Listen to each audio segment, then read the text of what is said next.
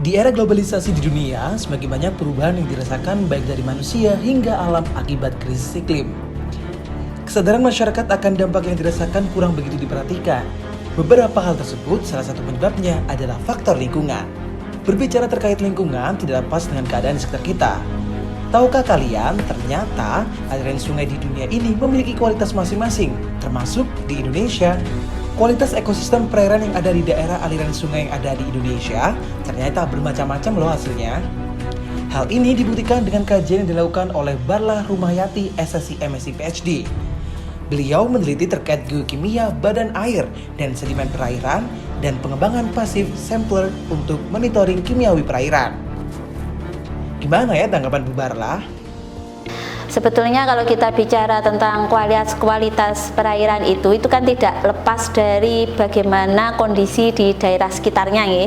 Di daerah sekitarnya misalnya kalau di sepanjang aliran sungai itu banyak industri, maka limbah industri yang masuk ke badan air itu akan menjadi pemicu utama pencemaran yang ada di wilayah tersebut.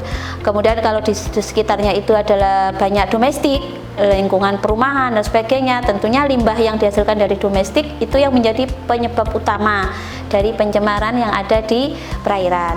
Kalau dari pertanian tentunya ada masukan dari sisa pupuk, kemudian sisa pestisida, itu yang menjadi faktor utama dari pencemaran yang ada di lingkungan perairan. Sejauh ini Mas ya, kalau kita mengukur kualitas air, kita itu mengambil sampel air menggunakan alat. Kalau perairannya itu perairan mengalir seperti sungai seperti itu dengan kedalaman tertentu, kita menggunakan alat yang kita sebut dengan horizontal water sampler, atau kalau kita mau mengambil air seperti di sumur dan sebagainya, kita menggunakan vertical water sampler. Nah, setelah kita mengambil sampel, kemudian kan kita bawa ke laboratorium. Nah, kalau kita melakukan sampling yang seperti itu, kadang konsentrasi yang kita amati itu tidak mencerminkan secara langsung konsentrasi bahan pencemaran yang ada di wilayah perairan tersebut. Mengapa? Karena kan namanya air flowing ya, mengalir begitu, sehingga selalu ada perubahan dari masa ke masa. Jadi hasil analisis kita di laboratorium itu tidak mencerminkan saat itu kondisinya bagaimana. Oleh karena itu kami yang ada di Laboratorium Kimia Lingkungan Departemen Kimia ini mencoba membuat namanya passive sampler, Mas. Passive sampler itu adalah alat yang mengkombinasi kita mengambil analit yang akan kita ukur sekaligus pemisahan di lokasi itu sekaligus memekatkan. Artinya kalau kontaminan itu konsentrasinya rendah untuk bisa kita deteksi, dengan alat passive sampler itu dia akan terakumulasi di alat, sehingga ketika alat ini kita bawa ke laboratorium, maka konsentrasi kontaminan tersebut cukup tinggi untuk bisa dideteksi dengan metode yang ada. Kelebihannya apa dari passive sampler ini? Kita bisa mengamati konsentrasi rata-rata terhadap waktu kontaminan yang ada di wilayah tersebut. Berbeda dengan metode sampling yang sebelumnya tadi saya sampaikan. Kalau metode sampling yang sebelumnya itu kita hanya mengukur konsentrasi kontaminan sesaat saja. Sehingga kalau kita mengetahui berapa konsentrasi rata-rata kontaminan di badan air tersebut, maka kita bisa tahu beban cemarannya itu kira-kira per tahunnya itu seberapa besar. Nah, ini perlu dilakukan di dalam manajemen atau pengelolaan suatu lingkungan perairan. Demikian. Iya, kalau kita bicara kualitas air itu diukur dari 3 hal, Mas. Ada parameter biologi, jadi kita melihat ada tidaknya bakteri patogen ya, bakteri yang menyebabkan penyakit, yaitu Escherichia coli dan coliform. Kemudian parameter kimiawi ini banyak, mulai dari zat-zat yang anorganik maupun yang organik. Kemudian ada parameter fisika. Parameter fisika itu seperti misalnya adalah suhu, kemudian air ini bau apa tidak, berasa atau tidak, kemudian keruh atau tidak, itu parameter fisika. air itu dikelompokkan menjadi empat kriteria.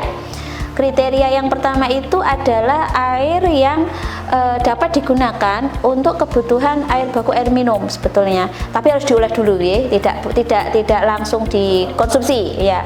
Kemudian air yang golongan kedua itu adalah air yang untuk kepentingan non konsumsi, misalnya untuk sanitasi dan sebagainya, dan juga untuk kepentingan misalnya perikanan. Yang ketiga itu adalah untuk kepentingan perikanan, dan yang keempat adalah untuk kepentingan pertanian. Nah, itu pemerintah sudah mempunyai patokannya, Mas. Jadi di peraturan pemerintah nomor 82 tahun 2001 itu mengatur tentang bagaimana kadar dari komponen-komponen atau parameter-parameter kualitas air ini di setiap kriteria air tadi. Penting sekali ini diperhatikan, Mas, karena semakin hari ya, semakin kesini gitu, beban cemaran itu semakin banyak. Kenapa? Karena jumlah penduduk juga semakin meningkat, kemudian aktivitas manusia di pertanian, di industri itu semakin meningkat, dan jangan lupa termasuk transportasi yang menggunakan bahan bakar fosil. Itu pun sebetulnya menyumbang cemaran ke perairan. Mengapa demikian? Karena ketika terjadi pembakaran fosil, salah satu bahan yang ditambahkan di bahan bakar ini adalah timbal. Nah, ketika terjadi pembakaran bahan fosil, timbal itu dilepaskan ke udara. Nah, ketika nanti ada hujan dan sebagainya, dia akan jatuh masuk ke badan air, maka pencemaran timbal di badan air itu pun menjadi lebih besar. Beban cemaran dari logam berat itu menjadi lebih besar. Jadi dalam tanda kutip ya, kalau kita bicara tentang pencemaran air itu tidak hanya dari apa yang masuk di perairan yang berasal dari domestik, pertanian, industri, tambang dan sebagainya, tidak, tapi sebetulnya juga berasal dari erosi tanah dan juga berasal dari difusi partikulat-partikulat yang ada di udara. Ya, secara alami misalnya kalau ada gunung meletus, kemudian ada longsor dan sebagainya, itu tentunya secara alami akan mempengaruhi kualitas air. Tapi yang dominan, yang paling besar di antara faktor alami dan faktor antropogenik. Faktor antropogenik itu adalah faktor kontaminasi yang disebabkan karena aktivitas manusia. Nah, yang paling besar itu yang ini, aktivitas manusia ini. Kalau alam mungkin sesaat gitu ya, sesaat, meskipun mungkin dampaknya long term, dampaknya lama, karena yang dikeluarkan dari alam biasanya langsung besar gitu ya, konsentrasinya besar. Tapi kalau yang dari manusia kecil-kecil tapi terus gitu, seperti itu.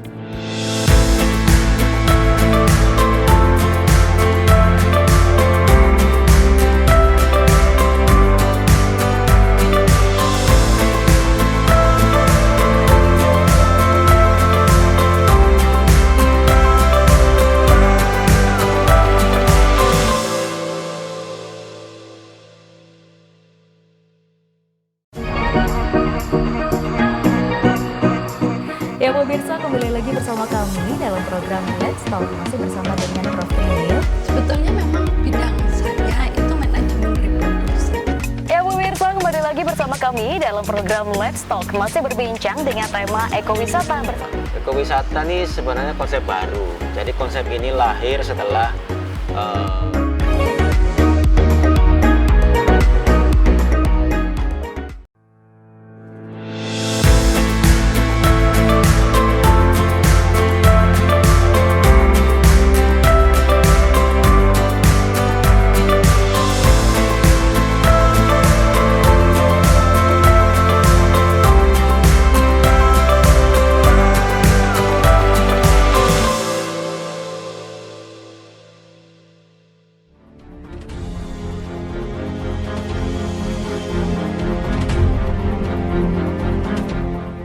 Kalau tadi kita sudah membahas terkait dengan sungai, nah sekarang kita bergeser pada tanaman. Kalian tahu kan kalau lingkungan tidak lepas dari peran serta makhluk hidup tumbuhan, termasuk di pertanian, yang mana kita tahu Indonesia termasuk salah satu negara dengan pengolahan pertanian terbesar di dunia. Kalian sadar nggak sih, kini mulai banyak beberapa hama dan penyakit yang muncul pada lahan pertanian. Hal ini membuat dosen Fakultas MIPA UB membuat penelitian menggunakan metode matematika biologi model interaksi hama dan tanaman. Bagaimana ya pendapat Prof. Agus? Hama itu merupakan suatu mangsa atau mangsa bagi musuh alami, itu tadi ya, biasanya mereka adalah serangga. Nah, metode matematika yang saya gunakan adalah pada prinsipnya adalah memodelkan fenomena interaksi antara hama dan musuh alami dalam bentuk persamaan diferensial atau sistem persamaan diferensial. Jadi biasanya kalau kita melihat ilmuwan-ilmuwan atau ilmuwan yang ada di praktisi seperti dalam pertanian, itu mereka biasanya melakukan percobaan dalam di suatu laboratorium atau di tanah lahan pertanian ya. Mereka itu menghitung hama dan musuh alaminya, termasuk biasanya mereka juga melihat pengaruhnya terhadap hasil panen. Nah, kemudian mereka membuat suatu katakan model pertumbuhan itu dibuat dalam bentuk data-data tadi itu ya, dari data tadi diestimasi parameter yang ada. Nah, sebenarnya ya kalau yang mereka lakukan adalah mendapatkan parameter kondisi yang terjadi pada lab atau pada tempat di mana penelitian itu dilakukan. Kalau di dalam matematika kita bicara secara general. Jadi parameter-parameter itu umum. Jadi kita pelajari kalau parameternya nilainya sekian, apa yang terjadi. Kalau parameter berubah, bagaimana apa yang akan menjadi perubahan apa yang kita peroleh di situ. Nah, ini sangat penting karena nanti terkait dengan kebijakan kita ke depan mau bagaimana sih yang kita inginkan, sehingga apa yang harus kita optimalkan di situ. Itu salah satu hasil dari pemodelan yang kita lakukan. Kendala yang ada karena kami, tidak hanya saya, juga termasuk tim yang ada di kelompok kajian matematika biologi di departemen ini, itu anggotanya adalah para matematikawan semua. Nah, selama ini kesulitan kami adalah masalah data.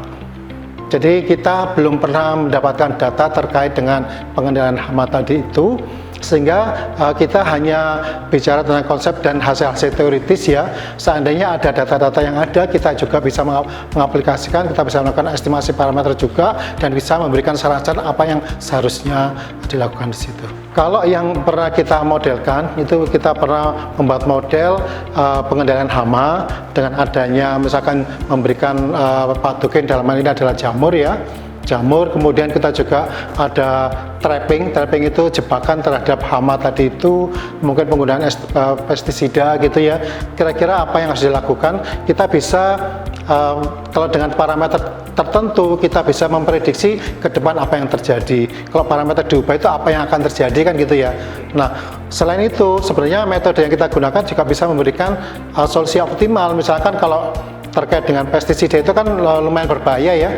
Karena pestisida kan zat kimia yang juga memberikan efek yang negatif. Kira-kira minimisasi terhadap dampak itu bagaimana kita bisa melakukan kontrol optimum. Bisa jadi ya, karena pengendalian hama itu sangat kompleks. Ya, sangat kompleks.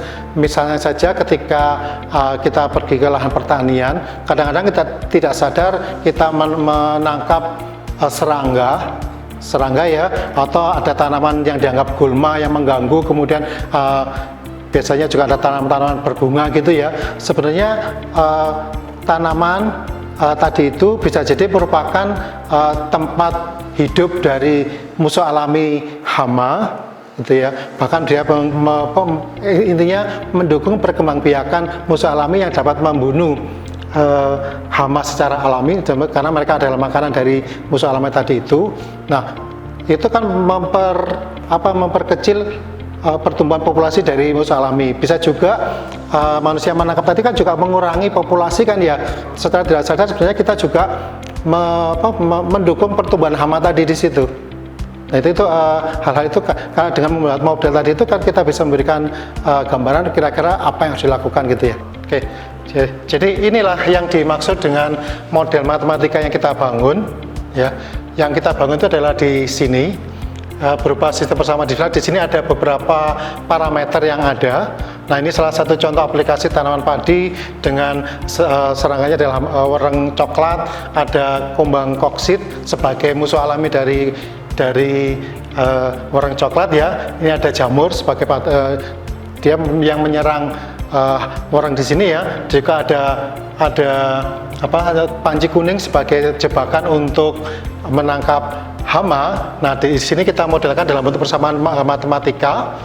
Nah, kemudian dari model ini kita identifikasi kira-kira kondisi-kondisi apa saja yang akan terjadi di masa datang. Ini disebut, kalau dalam matematika disebut dengan titik kesetimbangan. Kondisi kesetimbangan itu di sini ada, misalkan ada 6 kondisi. Nah, kira-kira dari 6 kondisi tadi itu apa yang mungkin terjadi. Kadang-kadang ada titik yang tidak stabil, kalau dalam matematika dikatakan bahwa itu tidak akan terjadi di masa datang. Nah, kemudian dari yang stabil-stabil tadi, itu akan yang mungkin terjadi ya, itu tergantung pada parameter. Ini kita bisa melakukan simulasi numerik dengan berbagai macam parameter apa yang terjadi. Ini adalah kondisi di mana hama dan musuh alaminya itu bisa berdampingan. Ini adalah kondisi di mana hamanya ada, tetapi musuh alamiah tidak ada, dan yang di sini adalah kondisi di mana yang kita inginkan itu hamanya tidak ada. Jadi kita bisa memilih parameter kira-kira apa yang kita pilih supaya terjadi hama itu habis. Dan kira-kira ini ada contoh hasil simulasi yang bisa kita lihat. Kita lakukan kontrol optimum supaya misalkan dengan menerapkan kontrol optimum, jadi ini adalah kontrol yang harus kita berikan. Misalnya di sini ada penggunaan pestisida di tengah-tengah dan tidak harus sampai habis, di tengah-tengah kita hentikan. Nah, ini sudah cukup untuk membunuh hama seperti yang ada di sini. Petani itu sudah pada pintar sebenarnya ya, dan mereka biasanya juga sudah mengidentifikasi serangga mana yang penting itu ya. Tapi kadang-kadang kan yang belum tahu itu yang harus hati-hati di dalam menangkap serangga gitu ya. Mungkin juga perlu ada, tidak hanya ke petani ya, mungkin kepada para penyuluh pertanian itu paling tidak mengenalkan kira-kira tanaman apa, misalkan kalau sekarang ada musim disebut dengan tanaman refugia ya, itu tanaman yang berbunga yang mencolok sehingga dia menarik serangga.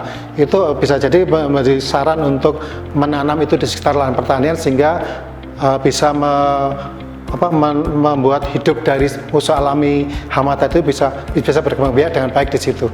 Jadi artinya kita membasmi hama itu tidak dengan zat kimia tapi dengan cara biologi, yaitu dengan musuh alamiah tadi itu.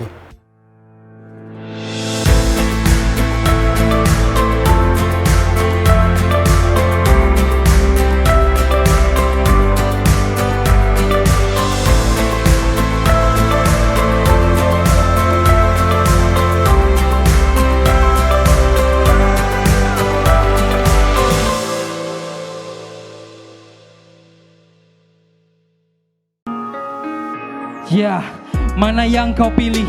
Memberi perhatian atau berusaha tak peduli? Dan mana yang lebih melelahkan, berjuang atau melupakanmu kini? Tak lelahkah kau berpura-pura untuk mendapatkan perhatianku? Aku tak peduli, ku tak tahan lagi. Ku sudah tak punya waktu untukmu lagi.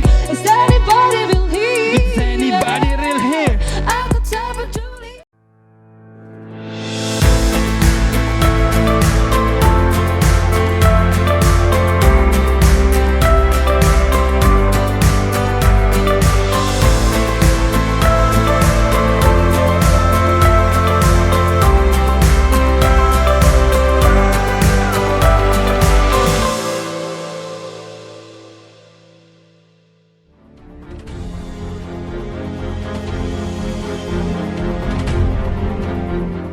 Membahas terkait dengan kondisi lingkungan yang ada di sekitar kita tidak lepas dari perlakuan terhadap sampah.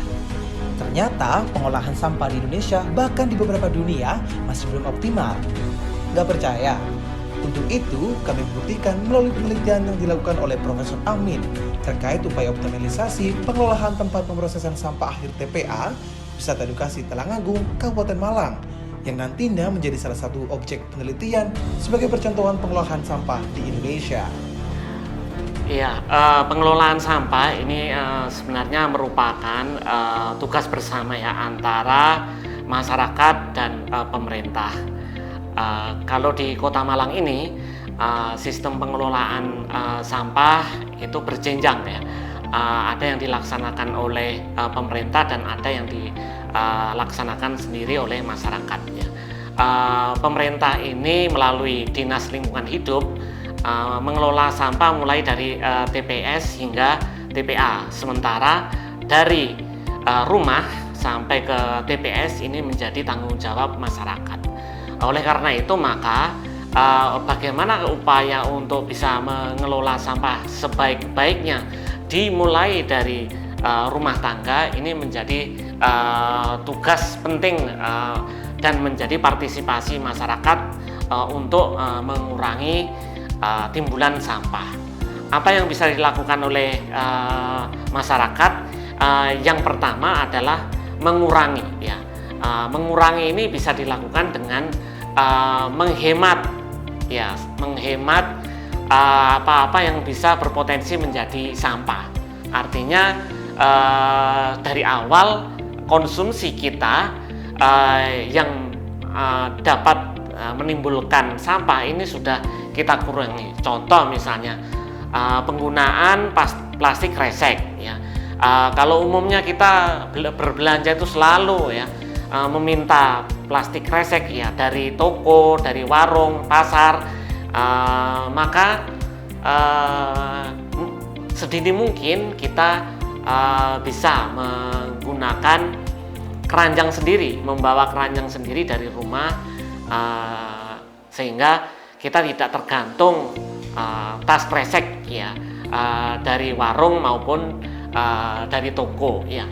Yang kedua, efisiensi penggunaan bahan-bahan, misalnya makanan, ya, bahan-bahan kebutuhan sehari-hari yang berpotensi menimbulkan sampah. Ini juga bisa kita lakukan. Misalnya efisiensi, ya, dalam menggunakan makanan agar tidak banyak, ya, yang menjadi sampah, gitu, ya. Selanjutnya dari level rumah tangga ini juga kita bisa mengolah sampah sendiri menjadi pupuk kompos misalnya atau pupuk cair, ya.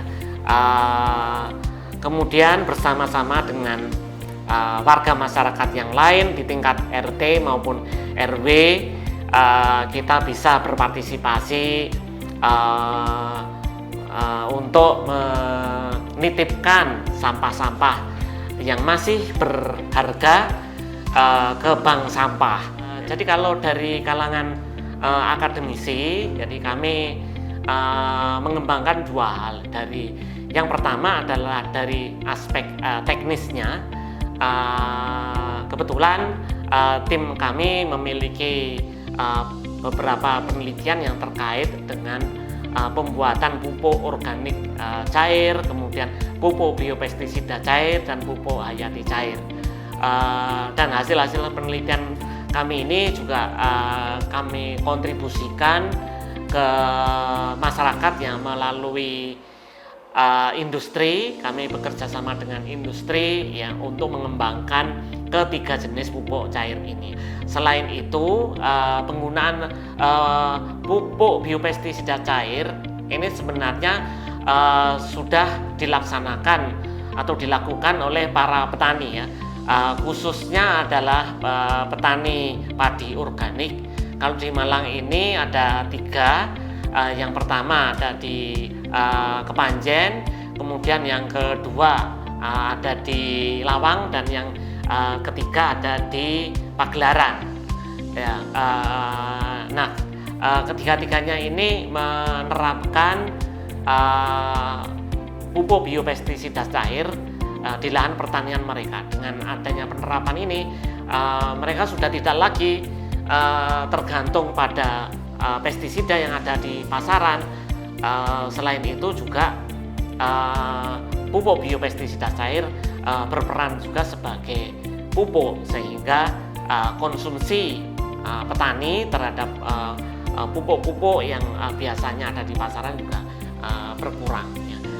Selain itu, gitu, ya, dari segi yang kedua adalah dari aspek manajemen dan kebijakan. Jadi bagaimana pemerintah Kota Malang ini dari waktu ke waktu, dari tahun ke tahun bisa melaksanakan salah satu tupoksinya melalui Dinas Lingkungan Hidup, yaitu untuk mengelola sampah dengan seoptimal mungkin. Pada saat ini di TPA Supiturang itu mengembangkan budidaya maggot.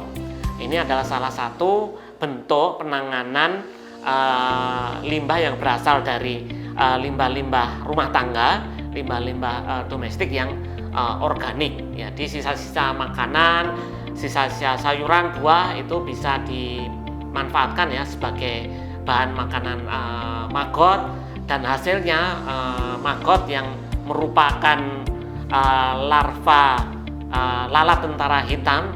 Ini kan merupakan salah satu yang sedang tren ya, sedang in di Indonesia, yang di beberapa tempat sedang banyak dibudidayakan, dan sejak 2 tahun yang lalu Indonesia ini sudah mengekspor maggot ini dalam bentuk maggot kering ya, larva kering yang diekspor ke Eropa.